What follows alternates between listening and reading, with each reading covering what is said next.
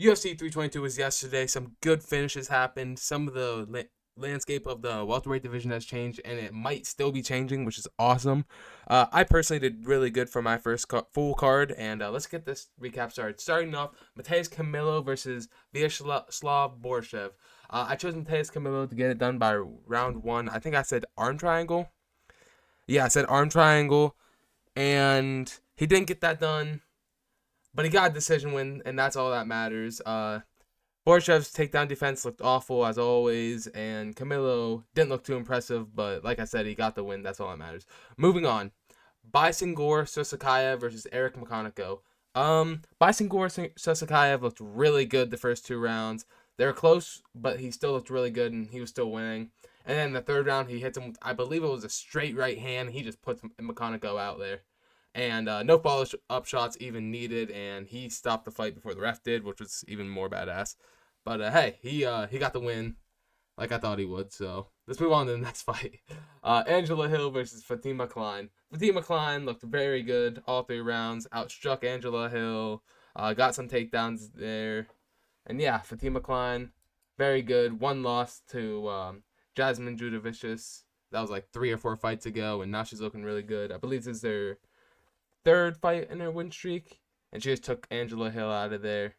Not competitive at all, and yeah, looked pretty good. So good for her. Moving on. This is the first pick I got wrong on the card. Chepe Mariscal versus Pat Sabatini. Pat Sabatini won the fight, unanimous decision. Looked very good. Great transitions to get to the back right when he would get Chepe Mariscal down. Mariscal is also pretty good. I just thought he would be able to stuff the takedowns a little more. Maybe I underrated the grappling of Sabatini, and Sabatini just looked really good. So good for him. Maybe Sabatini should get a ranked guy next.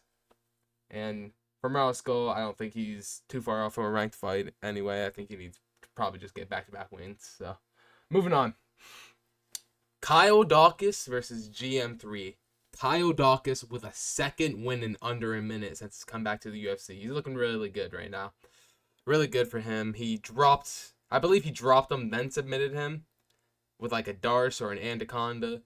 But yeah, he looked really good. GM3's fourth loss in a row, I believe that is. So maybe he should call it quits for a little bit. And for Kyle Dawkins, either a ranked fight next or he's one fight away from a ranked fight. And yeah, that was it for the early prelims. Pretty good early prelims. Moving on, Ethan Ewing versus Malcolm Wellmaker. Malcolm Wellmaker and Ethan Ewing both put on a pretty good fight. Ethan Ewing obviously came in here 2 days notice, just fought last weekend, looked really good, looked very fast. I believe they said he fights a weight class down, but maybe they just meant at bantamweight also, since his fight was at featherweight, but Wellmaker also usually fights at bantamweight, so that's just a random comment for them to make if that's the case. But yeah, he looked very fast. Wellmaker looked really good too in the first round, but the other 2 rounds, I definitely feel like Ewing took from activity and the better shots and the pressure. He just looked really good all around. He defended some takedowns. I believe he shot his own takedown and got it at the end of round 3. And I still believe in Malcolm Wellmaker. I think this is just a good matchup. This was just a good guy that they found. So yeah, I believe in both of them. Ethan Ewing, get him somebody probably just under the bantamweight rankings if he should fight at bantamweight. And yeah, Malcolm Wellmaker. Well, we'll talk about who he should fight on Tuesday or Wednesday. Moving on, Aaron Blanchfield versus Tracy Cortez. Aaron Blanchfield gets it done by second round rear naked choke. She looked pretty good. Very slow on the feet. She looked really good grappling wise. Right when it got to the ground, Tracy Cortez shoots a takedown, gets it. Blanchfield transitions and makes it a good scram. Sorry, oh my goodness, I'm so distracted right now. But Blanchfield gets the transition and controls Cortez completely after they got on the ground. And she finds the rear naked choke. Tracy Cortez's hands looked pretty good up until the finish, but Blanchfield managed to find the choke and get it over. Moving on. Gregory Rodriguez versus Roman Kopylov. Roman Kopylov looked pretty decent in the third round. He wobbled Rodriguez bad, but what I said came to fruition, and I got another pick right.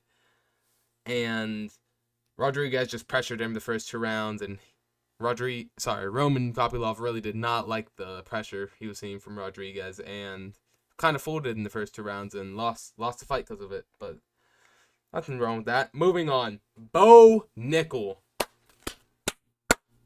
He's back. He looked really good this fight. I know it's against Rodolfo Vieira, but who does that to Rodolfo Vieira, man? Yeah, Bo Nickel. First 20 seconds, he gets him down, punches him like 12 times. Good ground and pound. You heard Cat M. Scatterbo screaming in the background from it. And yeah, he just looked really good. He started picking him apart in the striking the whole fight after that. And then in the 3rd round, he finds it. A beautiful head kick. And he just puts Vieira out badly, man. And yeah, he looked really good yesterday. Never left the Bo train, and I'm probably going to stay on the Bo Nickel train for bias reasons. And yeah, let's move on to the main card. Really good prelims, by the way. Starting off the main card, it was Benoit Saint Denis getting a 16-second knockout in the clinch, essentially, against Beneil Dariush. Yeah, this fight was different, man. It was kind of different. They start trading calf kicks right away. He essentially drops Beneil He drops Benoit Saint Denis with a calf kick, and then they go into a clinch, and then just with one big clubbing, I think he hits him with like 2 right uppercuts, and then like a big club in left hand, and he just puts Beneil Dariush right out right there. And I heard some people arguing with the stoppage. No, he was done, man. He was done bad. And yeah, BSD 3-fight win streak, 3 finishes in a row for him. Looking pretty good for him. And yeah, he'll probably... Did he get a performance bonus? He didn't get a performance bonus. Wow, he probably should have. 16-second finish is insane. Moving on. Carlos Prates versus Leon Edwards. Wow. Carlos Prates, man. You fucking killed Leon. He just killed Leon Edwards. Fight was kind of going how I expected it to go. I honestly, like I said, I really expected this to kind of happen. I just thought it was going to happen in round 3, not round 2. Round 1 starts, they're trading pretty good. Leon gets the grappling going, and he's looking like he's just going to start doing that the whole time. He gets a good position on Prates a few different times to the point where he has him standing, and Prates is just kind of standing there, kind of aura farming as Leon's doing those pitter-patter shots. And yeah, he had his body triangle locked on to Prates for a bit. And then second round started. Stuff was happening. They were swinging. And as Leon Edwards is going back with a shot, I believe he was going back with his head first, which you never want to go back with your head. You want to go back with your feet. But he's going back with his head first, and Prates just catches him as he's escaping the pocket. And boom! Sends him flying, man. And that was a bad one. That's a bad KO for Leon Edwards at this stage of his career. And probably bad for his confidence, too. But yeah, Carlos Prates should be ranked number 4 or 5 next week. So a lot of shuffling is going to happen to this welterweight division, because moving on to the next fight, we had Sean Brady and Michael Morales. I was wrong. Again, this is one of the ones where I was wrong, man. I thought Sean Brady was going to not learn and take the reading approach so far at the start, but he started the fight, was making his reads, and he just got clipped because he wasn't really shooting, man. You got to shoot. You got to shoot on these guys, Sean Brady. But hey, nothing wrong with that. Michael Morales is an effing freak. He's massive for the division. He definitely hits hard. He swings like crazy, man. He just swings so hard. I have a good fight for Michael Morales. I don't believe he'll get a title shot next, but I have a good fight for him anyway. So, yeah, moving on to the next fight. Sean Brady, I'm disappointed, but don't worry, buddy. I know you'll be back. And moving on to the co-main event, Valentina Shevchenko versus Zhang Weili. I guess Valentina might have watched my video. I said she didn't look as untouchable, and what do you know, she looked untouchable. She was doing damage and strikes from the distance to Zhang Weili. This size difference was crazy. Like, you could truly see it. It looked like a 115er versus a 135er, not a 125er. She was hitting her with hard kicks, knees, in the distance, but then every time they would engage very close, Valentina would control Zhang Weili. And yeah, that was it was another smudge fest from that point, but what can you do? It's the challengers or whoever is being put in that positions kind of job to get out of those positions, and Zhang just couldn't. So no hate, no, whatever. But Valentina Shevchenko, good for her. She gets another title defense and defends her pound for pound spot against the number 2 pound for pound. So really good for her. And yeah, we'll see what's going on with them both soon anyway.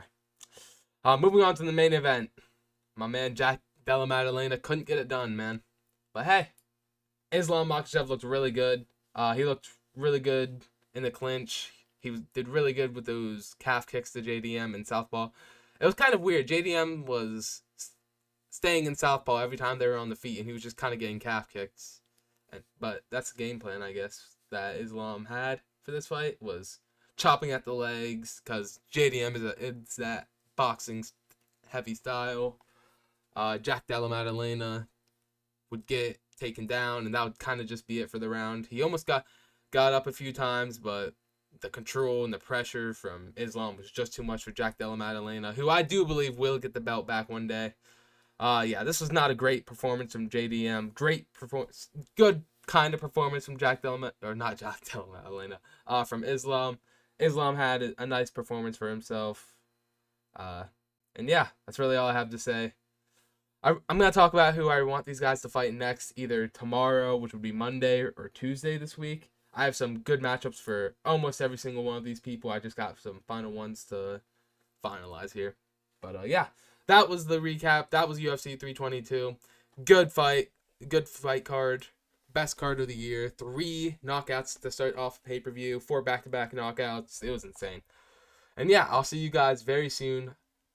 Peace.